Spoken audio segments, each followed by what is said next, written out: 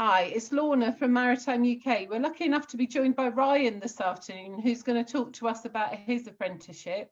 Ryan, can you introduce yourself and tell me who you work for and what your job title is, please? Yep, so my name's Ryan Morrison. I work for Associated British Ports Southampton. My job title is a Port Marine Operations Officer Apprenticeship. And that specialises in multiple roles across the port sector, including hydrography, conservancy, VTS, which is Vessel Traffic Services, and berthing officer role. Fantastic, thank you. Can you tell me what drew you to the sector? Yeah, from a young age, actually, it was my mother who pushed me to do a short course in the Scottish Highlands, which was basically learning the ropes, the different knots and whatnot. And we did a level 2 power boat and a VHF radio, and I was very fascinated from that point. I didn't really know much about the maritime industry, and that was really the gateway to it, to start my learning from an early age. Fantastic. So you're an apprentice. How long is your apprenticeship and what year are you in? So I believe it's just over 2 years, and I am in my second year now. So I've still got a bit to go, and unfortunately lockdowns are having a little bit of an impact on that. Delays and whatnot. Yes, for all of us, I think. What's your career goal, Ryan? What is it you'd like to get to? Well, I'm taking it step by step, working my way up from the grassroots, learning different roles within the sector and progressing. So hopefully, once I finish my apprenticeship and an opportunity comes up, I'll go for that. And hopefully that brings more opportunities to learn about the port sector and to build my knowledge so I can use it in future. Because I really think it's important to learn about all the different aspects of a port. So yeah, just taking it step by step, building my way up from the grassroots. Brilliant. Now you've talked about your mum and the impact that she had on the choices that you were making. Is there anyone else that really sticks out that's been really influential or supportive in your journey so far?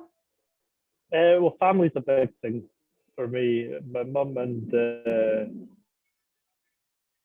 my brother, they're both massively supportive and really helped me along this journey through times where it was a lot of big challenges. When I was in the Merchant Navy as a cadet and failed my NG1, I really had to rethink things, and they brought me through that, pushed me forward, and pushed me to get a really good job with the ABP, which I'm really grateful for. Brilliant. So those are two massively influential people in my life. Fantastic. I bet your mum wasn't expecting you to be in the south of England, though, was she? Or no, not quite. It's a long way from home. Yes, a very long way from home. But it's nice to be somewhere new scenery, new challenges, and I quite like getting away. Yeah. And it's a very busy water, so there's lots to do. So last question, Ryan, if you were able to give your 16-year-old self some advice, what would you say? What do you wish you'd known? Well, I think one of the key things is to listen more. I think listen more and talk less, which is the words of one of my colleagues here. It's so valuable to listen from a young age, to learn from others. And another big thing is to be respectful, to treat each other with kindness, to be kind to other people, because that brings more opportunities again. I feel that if you are kind to people, you're more likely to encounter opportunities and great things from a young age. But another thing on top of that would be just to doubt things as well, which seems a bit odd, but doubting things makes you think. So if you doubt things that people are telling you, you're more likely to go and do research on it and just to check your facts.